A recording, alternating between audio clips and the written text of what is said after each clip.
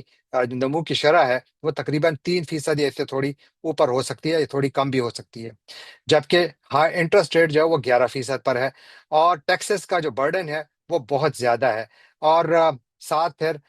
جو cost of doing business ہے وہ اتنا زیادہ ہے کہ پاکستانی جو تجارتی مختلف ادارے ہیں وہ اپنے کاروبار سمیٹ کر پاکستان سے باہر جانے کی کوشش کر رہے ہیں۔ پاکستان کے اندر فورن ڈائریکٹ انویسٹمنٹ، کل بھی میں نے اس کا ذکر کیا تھا، بہت کم ہو رہی ہے۔ لاسٹ ایئر شاید $1.5 ارب تھی، جبکہ پاکستان میں ہر سال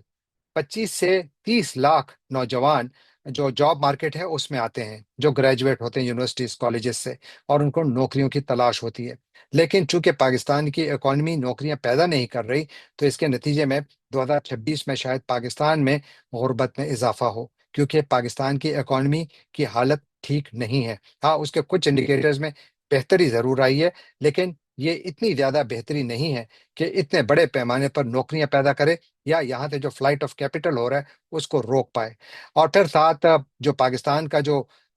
ڈیٹ ہے، یعنی پاکستان کا جو قرض کا مسئلہ ہے، وہ بھی ایک بہت زیادہ سیریس مسئلہ ہے۔ یعنی اس سال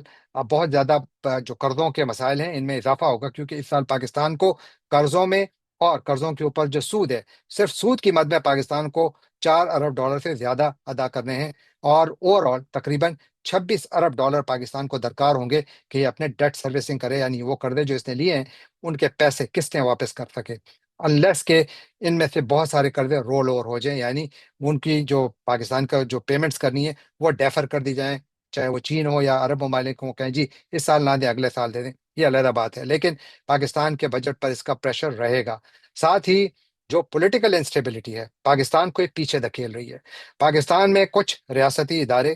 کچھ سیاسی جو عناصر ہیں، وہ تو پاکستان کو فتح کرنے کی کوشش کر رہے ہیں، بہت سارا انہوں نے فتح کر بھی لیا ہے، لیکن اس کا ایک نقصان ہو رہا ہے۔ نقصان یہ ہو رہا ہے کہ پاکستان ایک دائرے میں گھوم رہا ہے، اور وہ دائرہ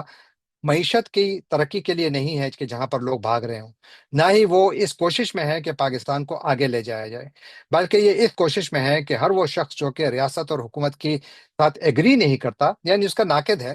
تو اس کو اس کے پیچھے پڑے میں اس کو خلاف وہ سب کچھ کریں گے، لیکن جو اپنی پالیسیز ہیں ان کو درست کرنے کی طرف توجہ نہیں دے رہی، تو اس کی وجہ سے ایک پولیٹیکل سٹیل میٹ بن گیا ہے۔ یعنی پاکستان کے اندر سیاسی اسیران کا کل بھی میں نے ذکر کیا تھا، بہت سارے ہیں، عمران خان صاحب اس میں سر فہرست ہیں، ان کے جو پارٹی کے بہت سارے لیڈران آج بھی پابند سلاسل ہیں، بہت سارے لوگ مختلف تکلیفات سے گزر رہے ہیں۔ پاکستان کے اندر میڈیا کی آزادی نہیں ہے، میڈیا سکڑ رہا ہے، پاکستان کے اندر فری سپیچ کی اسپیس ختم ہو رہی ہے، اور یہ ایک بہت بڑا مسئلہ بن رہا ہے، کیونکہ ترقی کے لیے آپ کو ایک انوائرمنٹ کریٹ کرنی ہوتی ہے، اور پاکستان میں وہ انوائرمنٹ اس وقت نظر نہیں آ رہی۔ اس کا میں بھی ذکر بھی کرتا ہوں کہ کیوں نظر نہیں آ رہی۔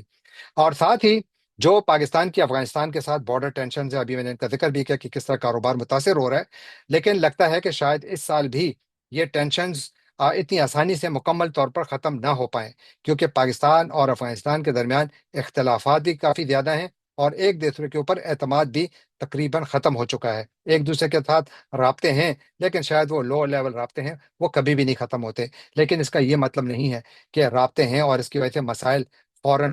حل ہو رہے ہیں یا حل ہونے کی جانب بڑھ رہے ہیں۔ فی الحال ایسی کوئی انڈیکیشن نظر نہیں آ رہی۔ ثالثی کی کوشش بھی کی گئی، ناکام ہو گئی، کچھ پاکستان کے دوست ممالک پاکستان سے پیچھے ہٹنے لگے، اور پھر ساتھ پاکستان اور بھارت کے درمیان تعلقات سب کو معلوم ہے۔ بھارت کا یہ دعویٰ ہے کہ انہوں نے آپریشن سندور کو ختم نہیں کیا، انہوں نے اس کو فی الحال روکا ہوا ہے، جبکہ پاکستان نے فتح کا جشن بھی بنا لیا۔ لیکن جو پاکستان اور بھارت کے درمیان تعلقات ہیں، مجھے ان میں کوئی بہتری نظر نہیں آ رہی، مجھے اس کا کوئی امکان بھی نظر نہیں آ رہا، کیونکہ دونوں ملکوں کے درمیان کوئی ایسے رابطے ہیں ہی نہیں کہ جہاں پر کوئی مذاکرات کی آپ کو جھلک بھی نظر آ رہی ہو۔ اور اس دوران بھارت نے پاکستان کا پانی بند کیا ہوا ہے۔ پاکستان کے پانی بند کرنے کا مطلب یہ ہے کہ پاکستان میں فوڈ انسیکیورٹی بڑھے گی۔ پاکستان میں پہلے ہی خوراک کی مہنگائی ہے، ابھی میں اس کا ذکر کروں گا، اور یہ مہنگائی میں مزید اضافہ ہوگا، کیونکہ شاید اگر پانی مکمل اور وافر مقدار میں بھارت کی جانب سے نہ چھوڑا گیا اس خریف کی فصل کے لیے، تو شاید پاکستان میں کراپ فیلور کا خطرہ ہے، اور اگر مختلف فصلیں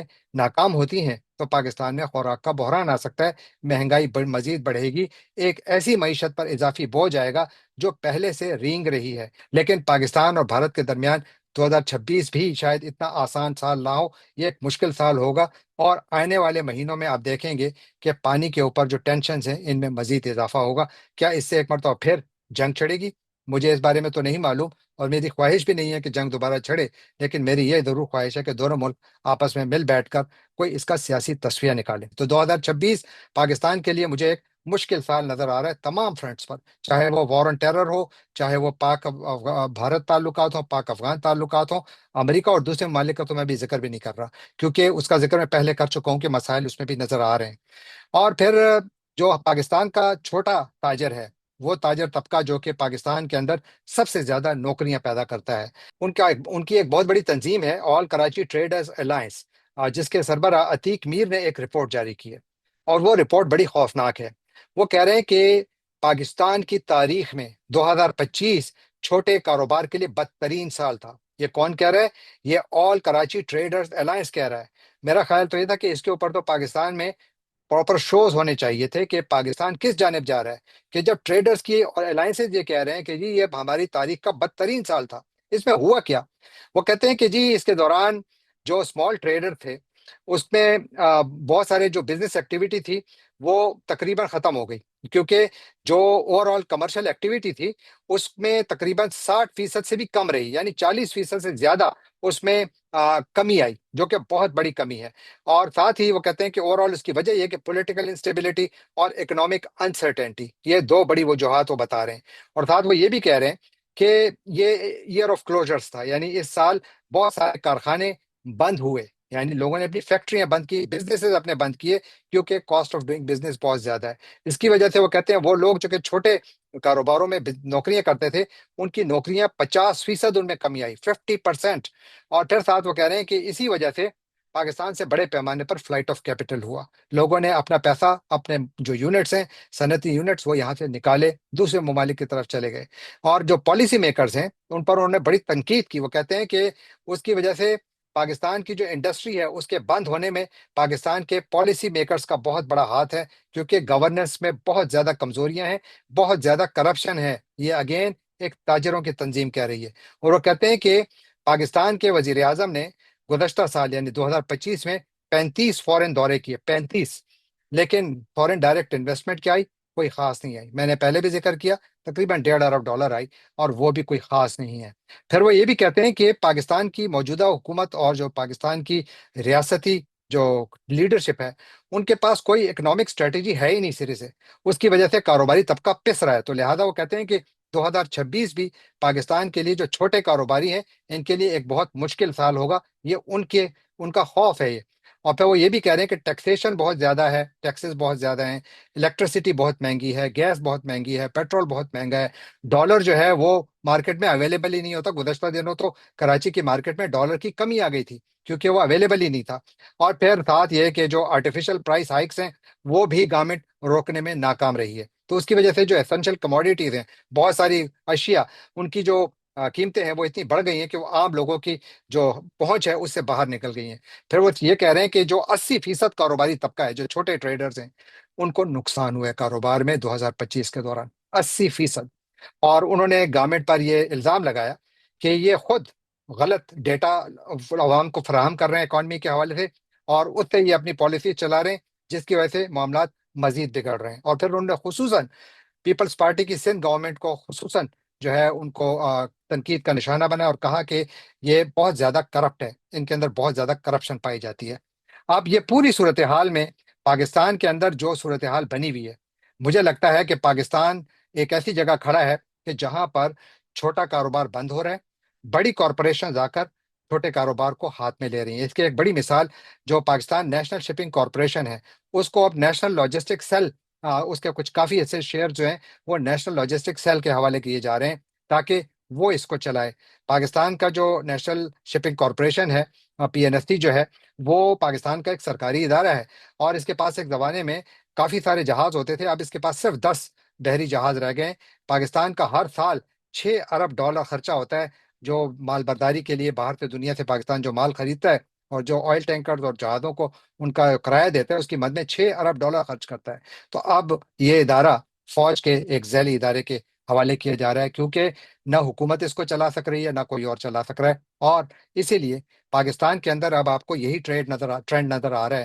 کہ چھوٹے کاروبار بند ہو رہے ہیں۔ جو کاروبار موجود ہیں، اسپیشلی سرکاری یونٹ جو کہ لاس میکنگ ہے، ان کو اس طریقے سے مختلف اداروں کے حوالے کیا جا رہا ہے جن کا تعلق پاکستان کے سب سے طاقتور ادارے سے ہے، اور اس سے پھر تنقید بڑھتی ہے، سوالات بڑھتے ہیں۔ وہ سوالات میں اور مجھ جیسے بہت سارے دوست اٹھاتے ہیں، جن کا مقصد اور کچھ نہیں، صرف اصلاح ہے، کہ یہ معلوم کیا جائے کہ آخر صرف یہی ادارے کیوں اس قابل ہیں کہ وہ کسی بھی ادارے کو چلا سکتے ہیں، کیوں پاکستان کے باقی ادارے نہیں چلائے جا سکتے۔ میری رائے میں یہ پاکستان کے سیاستدانوں، بیوروکریسی اور اداروں کی ملی بھگت ہے، اور جس میں جو سرکاری ادارے ہیں ان کی بندرباٹ تو میں انہیں نہیں کہوں گا۔ ہو سکتا ہے کہ پی این ایس سی زیادہ اچھا ادارہ بنے، لہذا میں اس بارے میں بہت بڑی رائے زنی نہیں کروں گا، لیکن میں یہ ضرور کہوں گا کہ کیوں یہ ادارہ اتنا ناکام ہوا، کیوں یہ ادارہ اتنے نقصان میں گیا، کیوں اتنے سارے جہاز ایک زمانے میں ہوا کرتے تھے اور آج ان کے پاس صرف 10 جہاز رہ گئے، ان میں سے بھی اکثر جہاز اپنے لائف سپین تقریباً ختم کر چکے ہیں۔ جانے سے پہلے آپ سے ایک مرتبہ پھر درخواست کہ آپ ہمارے چینل کو سبسکرائب کیجیے، لائک کیجیے، شیئر کیجیے، کامنٹ کیجیے، اور بیل آئیکن کو کلک کرنا نہ بھولیے گا۔ آپ کا بہت بہت شکریہ۔